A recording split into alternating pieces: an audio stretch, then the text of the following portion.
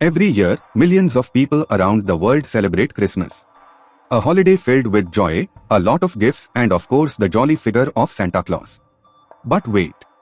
Have you ever wondered, where did such traditions really come from? What if I say, Christmas is just the rebranding of ancient pagan traditions and had nothing to do with Christianity? What if I show how the so-called Santa you know is the modern 19th century creation? And the actual Santa was the one who led violent campaigns against pre-Christian beliefs and destroyed uncountable ancient temples. The Christmas you know today might not be as innocent as it seems. The origins of Christmas are wrapped in ancient pagan traditions and a long history of cultural destruction. Now let's unravel the hidden history of this Christmas.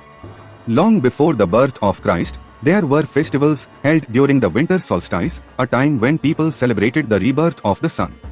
These early celebrations were deeply integral to the polytheism beliefs, meaning those people who used to believe in multiple forms of God, much like the Hindus.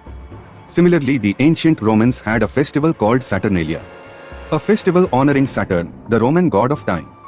It was an empire-level grand festival, celebrated from 17 to 25th December.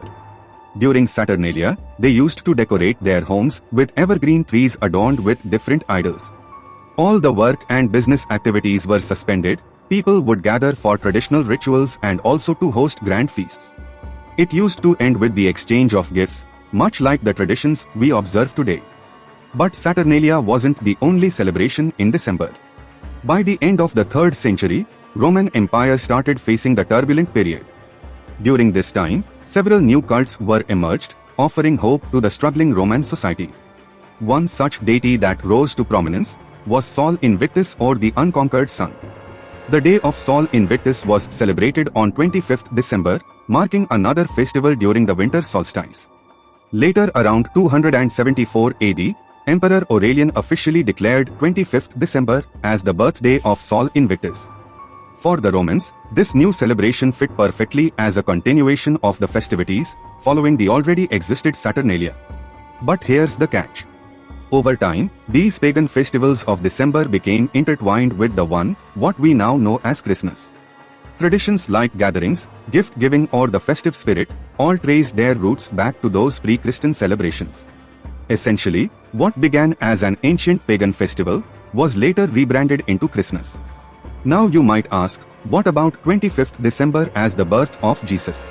While this date is now sacred in Christianity, but originally it was never associated with Christ's birth.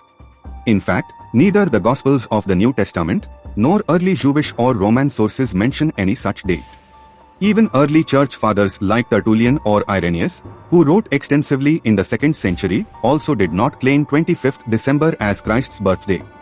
According to biblical accounts themselves, Jesus' birth likely occurred when shepherds were tending their flocks, which of course would not align with the cold month of December. So why was 25th December even chosen? The answer lies in its alignment with the 25th December Roman celebration of Sol Invictus. Emperor Constantine, the first Roman ruler who got converted to Christianity, provides an absolute twist to the story. Before his conversion, Constantine was a devotee of Sol Invictus.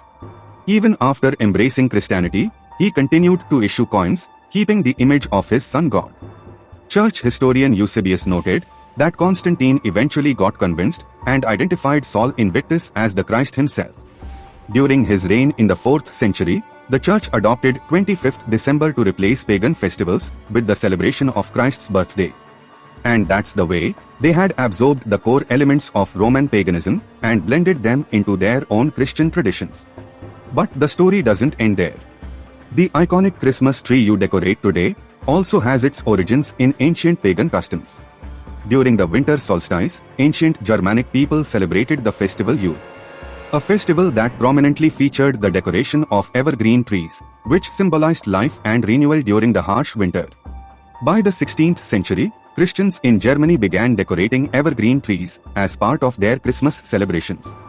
This practice blended older pagan traditions with their new Christian faith. Over time, the Christmas tree became a global symbol of the holiday. In short, what you celebrate as Christmas today is deeply rooted in ancient pre-Christian festivals like Saturnalia, Sol Invictus or Yule. Even for this pagan connection, At a time Christmas was made strictly illegal in Christian countries. Now leave this. Let's talk about the Santa Claus. The jolly old guy in a red suit, known for bringing gifts and spreading cheer. If you believe that Santa has always been a part of Christmas, then you are absolutely wrong. The Santa Claus as you know him today is largely a modern invention. But they often claim the modern Santa was based on Saint Nicholas, a 3rd century Christian saint. He is undoubtedly a historical figure, but had absolutely nothing to do with Christmas. Historically, Nicholas was celebrated on 6th December, not on the 25th. His connection to Christmas was artificially created in the 19th century. One of the earliest accounts, which talked about Saint Nicholas, comes from a 4th century document called Stratelatis. It describes him as a fiery zealot, not the jolly figure we associate with Christmas today. Far from spreading cheer, Nicholas was known for even issuing threats to those who disagreed with him. In fact, his aggressive tendencies didn't stop even there. Nicholas was also involved in the destruction of pre-Christian temples. One of the most notable temples he destroyed was the Temple of Artemis in his hometown Myra.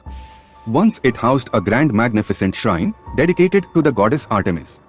But the temple was brought down by his own hands. Nicholas believed that non-Christian gods were nothing but demons and led violent campaigns against their pre-Christian worship. Andrew of Crete, the 8th century Christian writer, even praised Nicholas for destroying idols and pagan temples. If this so-called saint was believed to be the Santa Claus, then where did this cheerful jolly Santa even come? The 19th century poems played a major role in reshaping the image of Santa. The real Santa or Saint Nicholas was originally associated with 6th December.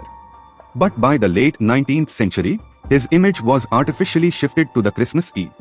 And then, in 1931, Coca-Cola played the pivotal role in defining the Santa we recognize today. Through their holiday advertisements, Coca-Cola popularized the modern image of a jolly, rotund man in a red and white suit, closely matching the brand's own colors. Before their ad campaign, Santa was often depicted wearing a white robe, more in line with his original identity as a bishop. It was their marketing genius that transformed him into the red-suited jolly character. They did not just shape a character, but whitewashed the very holiday season itself. In fact, the concept of the Christmas reindeer was also taken from the pagan god Odin's 8-legged horse, which was traditionally linked to the ancient pagan festival. So next time you celebrate Christmas, or see the jolly Santa Claus decoration around, do remember the history behind it. And that's all for today. If you found this video knowledgeable, do subscribe to our channel Bhagavad Knowledge to know more about the ancient world.